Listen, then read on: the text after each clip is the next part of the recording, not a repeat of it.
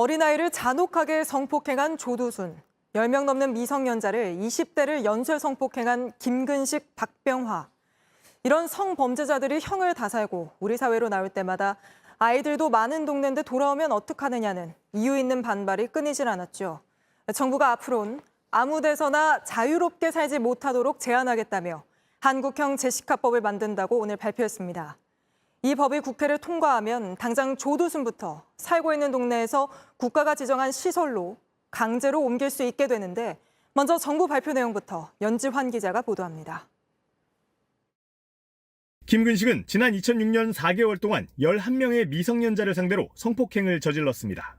15년형을 선고받고 지난해 10월 출소 예정이었습니다. 하지만 검찰은 추가 수사를 통해 다른 범죄를 찾아내 김근식을 다시 구속했습니다. 다시 범죄를 저지를지 모른다는 불안감이 들끓었기 때문입니다. 이런 고위험 성범죄자들의 거주를 제한하는 법을 법무부가 발의하겠다고 밝혔습니다.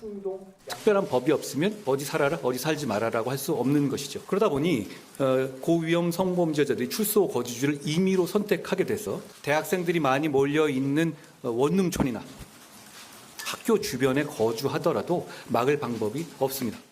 13세 미만 아동을 상대로 성범죄를 일으켰거나 전자발찌 감독 대상자 중 10년 이상의 형을 받은 성범죄자들이 대상입니다. 보호관찰소장이 거주지 제한을 신청하면 검사가 검토한 뒤 법원에 청구해 결정하는 방식입니다. 김근식은 물론 조두순, 박병화 등도 모두 대상이 될 수 있습니다. 이들은 국가가 운영하는 특정 시설에 살게 됩니다. 원래는 교육이나 보육시설 반경 500m 안에 살지 못하게 했습니다. 그러나 이렇게 되면 인구가 수도권에 밀집해 있어 성범죄자들이 지역으로 밀려난다는 지적 때문에 바꿨습니다. 법무부에 따르면 현재 325명이 이런 고위험 성범죄자에 해당합니다. 여기에 올해 69명, 내년과 내후년 각각 59명씩 고위험 성범죄자가 출소를 앞두고 있습니다. JTBC 연지환입니다. 이른 아침 강원 속초 앞바다로 북한 주민 4명이 탄 나무배가 내려왔습니다. 4년 전처럼 이번에도 우리 어민이 발견해 신고했는데 군은 이 신고 전부터 자기네들이 추적 중이었다고 해명했습니다. 조승현 기자입니다. 강원 속초 동쪽 11km 떨어진 바다에서 북한 목선을 발견한 건 조업하던 우리 어선이었습니다. 한 바퀴 돌고 또 정지했다가 또 이제 북서쪽으로 들어갔다가 또 가만히 서 있다가 그래 아무래도 이상하게 좀. 근처에 있던 또 다른 어선도 목선을 발견하고 다가갔습니다. 목선은 도망가지 않았고 다가왔습니다. 배에 탄 북한 남성이 먼저 말을 걸어왔습니다. 여기가 어디냐고 묻더라고요. 그래서 강원도 속초라고, 속초 앞바다라고. 북한 목선은 우리 어선의 뱃머리로 붙었고 젊은 남성이 뛰어 넘어왔습니다. 그러곤 자신들의 배를 메워놓으려는 듯 이곳에 밧줄을 묶었습니다. 목선엔 남성 1명과 여성 3명이 타고 있었습니다. 북에서 왔냐고 묻자 오늘 새벽에 출발했다고 했습니다. 그 젊은 애 둘이는 뭐 얘기도 하고 뭐 이과에 의사도 있고 지고 뭐 그러더라고요. 북한 주민이 동해로 온 건 지난 2019년 이후 4년 만입니다. 당시 4명이 탄 목선이 삼척항으로 들어왔는데 우리 군과 경찰은 모르고 있었습니다. 경계가 허술한 것 아니냐는 지적이 있었는데 이번에도 목선을 발견한 건 어민이었습니다. 다만 군 당국은 어민 신고 전 북방 한계선에서 이상 징후를 포착하고 추적하고 있었다고 해명했습니다. 정부 합동조사팀은 북한 주민들이 내려온 이유를 조사하고 있습니다. JTBC 조승현입니다. 지금 보시는 건 이른바 부산 돌려차기남이 검찰 조사를 받는 영상입니다. 가해자는 조사 과정에서 피해자가 여성이 아니라 남성인 줄 알았다는 황당한 주장까지 합니다. JTBC가 동영상 플랫폼 웨이브의 악인 취재기를 통해 공개한 이 영상을 놓고 공분이 커지고 있습니다. 오승렬 PD입니다. 귀가하던 20대 여성을 일정한 간격으로 뒤따라가던 남성. 엘리베이터 앞에서 무참히 폭행해 실신하게 한 돌려차기남 이모 씨입니다. 애초 경찰 조사에서 이 씨는 피해자가 남자인 줄 알았다는 황당한 진술을 이어갑니다. 스쳐 지나갔을 때 당신 분명히 여자인 것도 알아, 여성이라는 것도 알았어요. 제가 몰랐습니다. 그리고 제가 바로 알았습니다. 그때 여성이라는 걸 알았습니다. 하지만 검찰 조사에서 담당 검사는 이 부분을 파고듭니다. 피해를 때려봤기 때문이라는 것이 피해자 주장이다. 그렇다면 피해자와 무슨 일이 마주쳤다는 건데 잘 된 줄 알았어요. 심하게 술에 취해 범행을 저질렀다는 경찰 진술도 마찬가지. 본인이 얼마나 세게 찔렀으면 본인이 그 정도로 넘어지려고 하잖아요. 다시 정신 바로 잡아요. 다시 오셔가지고 본인 이 사람 물건 다 주워가요. 뒤에 있다 보니까.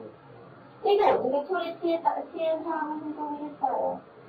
이 씨가 특정 질문에만 구체적으로 진술하자 날선 추궁이 잇따릅니다. 공범 범행에 의해 피의자는 부산 살인사건, 부산 강간치상사건 등을 검색한 내용이 확인되는데 맞죠? 왜 검색하셨어요? 그렇게 한 알고리즘 쓰는데 그런 사람들은 왜 그렇게 했을까? 피의자가 기억이 안 하시나요? 왜 선택적으로 진술하시죠? 피해자가 정신을 잃고 쓰러지자 겁이나 깨우기 위해 CCTV 사각지대로 옮겼다는 이 씨의 해명을 살인미수 혐의에 대한 자백 취지 진술로 이끌어냅니다. 피해자는 자신의 폭행으로 피해자가 죽어져 있다는 것을 인식했었죠. 거기에 보이는데 어때요? 그래서 더 무서웠어. 황당한 진술마다 추궁이 이어지자 돌연 죄송하다는 이 씨. 저한테 죄송할 필요 없어요. 피해자 그리고 피해자 본인에게 죄송해야지. 이게 뭐 하는 짓입니까 이게? 검찰 관계자는 취재진에게 검사에게 사과하는 것보다 피해자에게 진심 어린 사과가 필요하다는 취지였다며 이번 판결을 계기로 이런 범죄가 무거운 형사처벌을 받는다는 게 알려지길 기대한다고 밝혔습니다. JTBC 오승열입니다. 오늘부터 현대차가 인증하는 중고차 판매가 시작됐습니다. 국내 완성차 기업이 중고차 시장에 처음 뛰어든 건데 다른 기업들도 진출을 예고하고 있어서 중고차 업계가 크게 달라질 수 있다는 관측입니다. 먼저 공다솜 기자입니다. 새 차처럼 정비된 차들이 빼곡히 세워져 있습니다. 오늘부터 온라인 판매를 시작한 현대차 인증 중고차들입니다. 출고한 지 5년이 안 된 차량 가운데 사고와 침수 이력이 없고 주행거리는 10만 킬로미터 이내여야 인증을 받을 수 있습니다. 이런 차량을 확보한 뒤 정비와 보수 등 7단계를 거쳐 인증 중고차로 판매한다는 계획입니다. 4년 전 중고차 거래를 중소기업에만 허용한 규제가 사라지자 현대차는 꾸준히 중고차 시장 진출을 타진해왔습니다. 하지만 기존 사업자들과의 갈등과 중고차 시장 침체로 어려움을 겪다 시장 진출 선언 3년 만에 판매를 시작한 겁니다. 만든 사람이 끝까지 지켜야 한다는 철학 아래 인증 중고차 사업을 준비했습니다. 그간 가짜 매물이나 침수차 판매 등 소비자 불만이 컸던 점을 고려해 각종 차량 정보를 투명하게 제공하기로 했습니다.